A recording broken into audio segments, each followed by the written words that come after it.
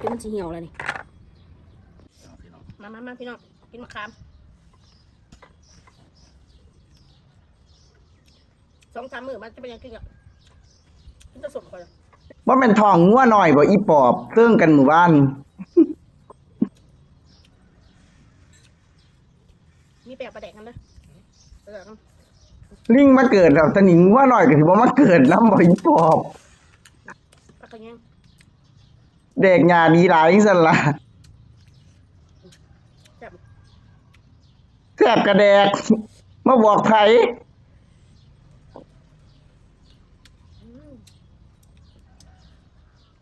ซึ่งผมคำบ้านทุกก็บ่ได้เอิ้นบักม่วงเด้ออีปอบเขาเอิ้นบักขามแต่ที่แรกอยากออกมาเด่นนอกจากไม่อยากออกมาตูนหลายจังหน้าเลยมึงต้นแค่เราเพิ่งปลูกนะที่ใหญ่ไว้ถวันเนาะ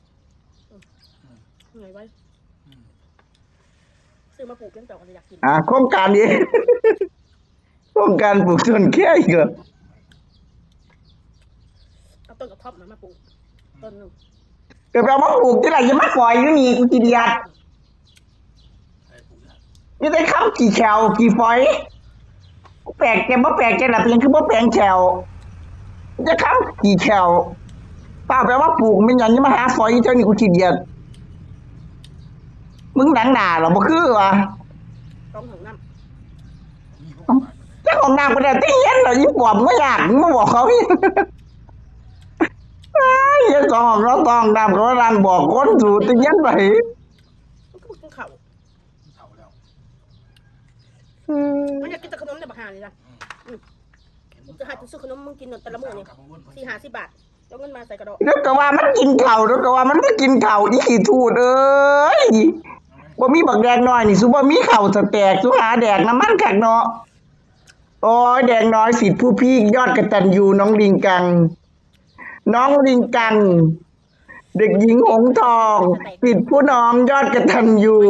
หาเงินเลี้ยงพ่อแม่พิการ2 ตัวสุดยอด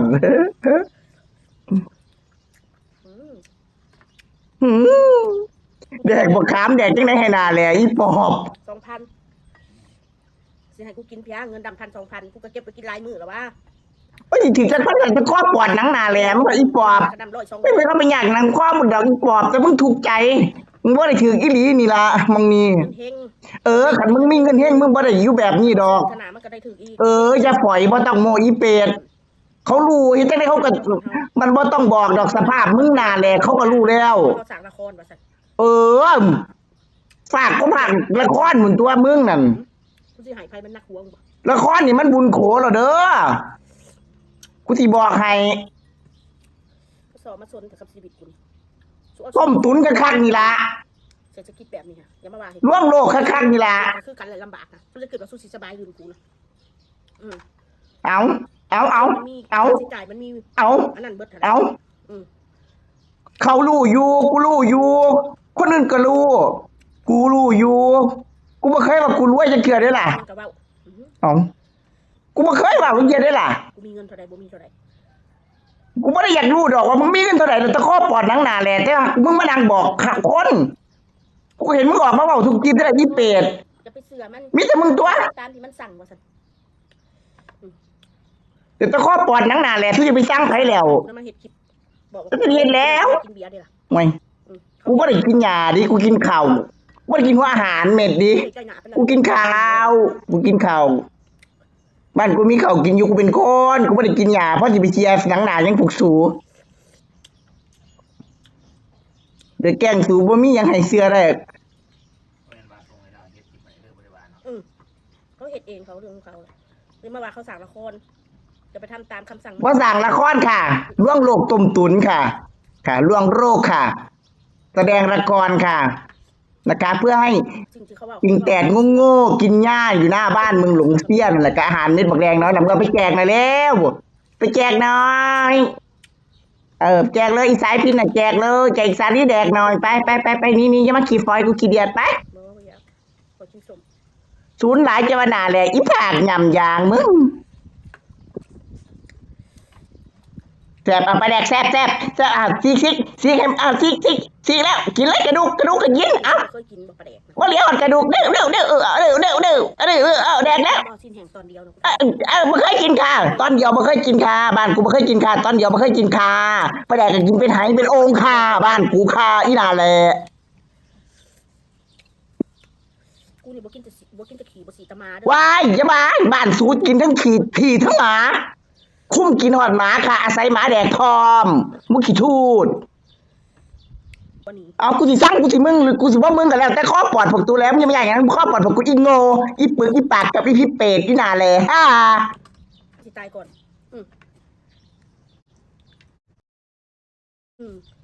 สร้างบ่ใส่หัวหนีบ่ฮู้บัดกูสแต็กจังแต่ละมื้อ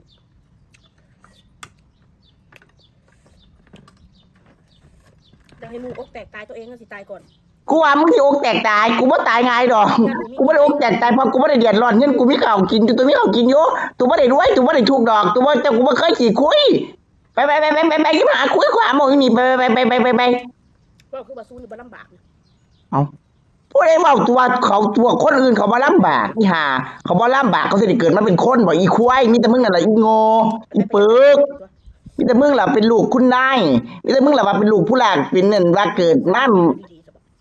คนเฮาบ่ได้อยู่มื้อเดียว เอ้ยคนเฮาไปเกิดมาเอาอีห่าบอกกูบอกว่าเว้าเวลาเว้าคือมนุษย์เขาเว้าอย่าเว้าคือผีเว้าเกิดมาเขาเฮ็ดเวียกเขาเฮ็ดงานเอ้ยมึงบ่ต้องมาบอกตัวดอกไปบอกแม่มึงอีหมอยพุ่นอีโอ เนี่ยรถ เอาศูนย์แล้วไปลงประแดกโอ้กูเล่นตนประแดกเด้ศูนย์แล้วไปลงประแดกกูเล่นตนประแดกน้ำกินเบิดก็ต้องซื้อ โอ้กูเก็บเส้นประแดกนี่ศูนย์แล้วไปยำใส่ลงไปโอ้ยอย่าใส่ไปอย่าใส่เอาลงกับประแดกกูเล่นตนประแดกมึงอย่าเฮ็ดคักหลายประแดกมันสิม้วน คือจากกันได้ก็ซื้อกินอันนั้นคือจังซี่น่ะอยากกินสมนี่ก็กินเนี่ย เอาอย่ากินขี้กระแดกใช่ไหมอีปอบเพิ่นไปว่าหนังปอดคอปอดหนังหนักเลยมึงอย่ามึงเสียใจมึงศูนย์ บ่แม่นกูบ่เห็นชีวิตอยู่นะอีผู้ว่า เอา เห็นหลาย กูตุกคือหัวเนี่ยตุกกะรับชีวิตตุได้เด้อตุบ่ได้ยากตุบ่ได้ว่าเว้าโลดอีปอบกูบ่เสียใจดอก ขับรถก็คือกันกูขับ สิครับยังกันเรื่องของตูสิขี้สิย่างกันแล้วแต่ แบ่ง10ล้าน ไปหาโมนี่นี่พุ่นไปหาโมนี่นี่หมอยพุ่นไปยี่ห้ออีหยังไป ไปเอาจะโทรมาแรงไปเด้อไปว่าสิไปกูคิดไปกินมันเป็นไม่เหมือน อยากไปยันลูกขยันไปไปลอง มันอยู่กับทำลาย กลัวแล้วพวกขี้คุยเว้าไว้สวยหรูคำพูดท่วมทุ่งน้ำคำพูดน้ำท่วมทุ่งผักบุ้งหลงเลง มันก็จะพาไป เว้าไว้น้ำท่วมทุ่งเว้าสวยสลูโอ้ยสิไปโรแมนติกสิไปลอยกระทงตกแรกมาไปก็ไปแดกไปแดกไปแหลกบ่ได้ยากนะมึงเด้อกูเห็นมึงเว้าสิขี้คุยกูได้เว้าใส่สมองกะโหลกให้มึงหนาๆแต่มึงปรึกกูบอกไว้ว่าบ่ให้มึงขี้คุยซื่อกูขี้เดียด เพชรเขากินได้อยู่ประมาณจังหวัดเพชรโคตร อีหน่าแหละอยู่เงี้ยนี่ซื้อจังได๋ก็น่าแหละอีห่ากูก็เห็นแต่มึงนี่แหละอีป๊อบ เก๋ข้างคกขึ้นหน้าแหละใครจะขึ้นแต่เต้านี่สัว เขากินเข้าไปมันกินห่อเดียวครับเขามาหลายรสที่หาซ่อม มาเลเซียแบบดำๆนะ กินทีละห่อโชว์บูด เป็นหยังบอกปอบย่านเราบ่ได้ไปรีกินอยู่มุมกล้อง แล้วภาพนี้จะอร่อยกว่า เนี่ยถือกล้องคันถือกล้องแล้วถ่ายคลิปได้คุณภาพน่าได้แหละแบบแต่เต้าคือกี้แบบนี้กูบ่มึงเด้อ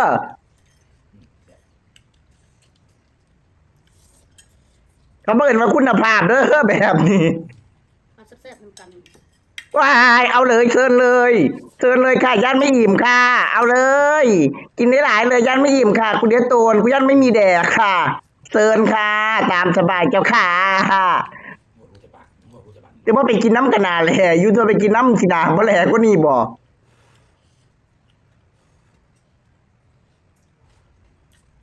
มันกินแต่น้ำแสลงนะก่อย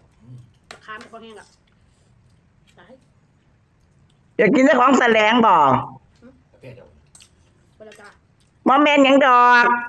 สงสัยถือบอกเปอันถือข้างอันถือคิงคองเดามื้อวานนั่นเด้อีหาเมืองข้างโคกเฒ่าเดาคิงก็อันคิงคองเฒ่าเดาข้างโคกก็สงสัยดิอุ้ยสงสัยท้องอ่อนๆมั้งท้องอ่อนๆท้องงัวหน่อยอ่อนๆมั้งสิได้ลูกอีกแล้วกูว่านี่ได้ท้องอ่อนๆท้องงัวหน่อยคักๆกูว่าท้องหน้าแบบนี้น่าจะได้น่าสิเป็นงัวน้อยเด้หน้าแลๆแบบนี้ ดีใจน้ำเด้อ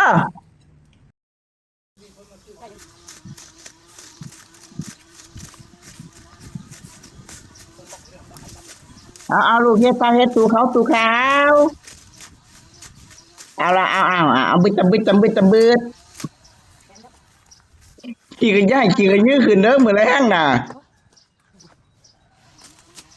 ตอนนี้กำลังเก็บหญ้านะคะ ไปตากแห้งนะคะหญ้าเกรดเอนะคะหญ้าเคทีเอเปียโอเปียนะคะเก็บหญ้าไปตากแห้งค่ะหญ้าเกรดเอนะคะ เพื่อให้สิ่งแตกโง่สแตกค่ะ ตอนนี้กำลังเก็บหญ้าทำผลิตภัณฑ์ตากแห้งนะคะหญ้าอบแห้งเกรดเอจากอิโทเคเอธิโอเปียค่ะ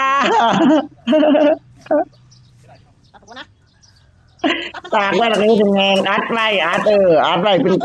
ป็นกระสอบไปใส่แจกจริงๆแต่ถึงงูเอาเกี้ยวสู้เอาเกี้ยวสู้เอาเกี้ยวเอาเกี้ยวเอาสู้เอาเดาเอาสู้เอาเดาสู้ มันฆ่าอยู่มันกระหกอยู่ทั้งสั้นแหละเอาเดี๋ยวตัดเอาซะข้าวแกงมึงพ่อเราเอาถิ่มเลยสังหารเลยมันหกคิงคองเถ่าเดาข้างกูจังไหนคิงคองจังไหนบัดทองงัวหน่อยฮะมึงเอ้ยแค่นี้ยังขันกี่ทองงัวหน่อยจังไหนกันจังไหนข้างขวนจังไหนคิงคองเถ่าเดาคิงคองบัดทองแท่นสามหามเอ้ยงัวหน่อยจังไหนไปอยู่ทองบอกปอตัดออกสิได้กวดโอ้ยสุดจะเป็นบ่คือบ้านคือเมืองเขาเนาะถ้าตัดออกแล้วก็กวดแค่ทีคิงขันเป็นผู้ทองดีจังอันนี้จังไหนคิงคองทองงัวหน่อยฮะมึงเอาสู้เอาเดาเอาสู้เอาเดาเอาสู้เอาเดาเอาสู้เอาเดามันลุกสู้ไปตะเคียน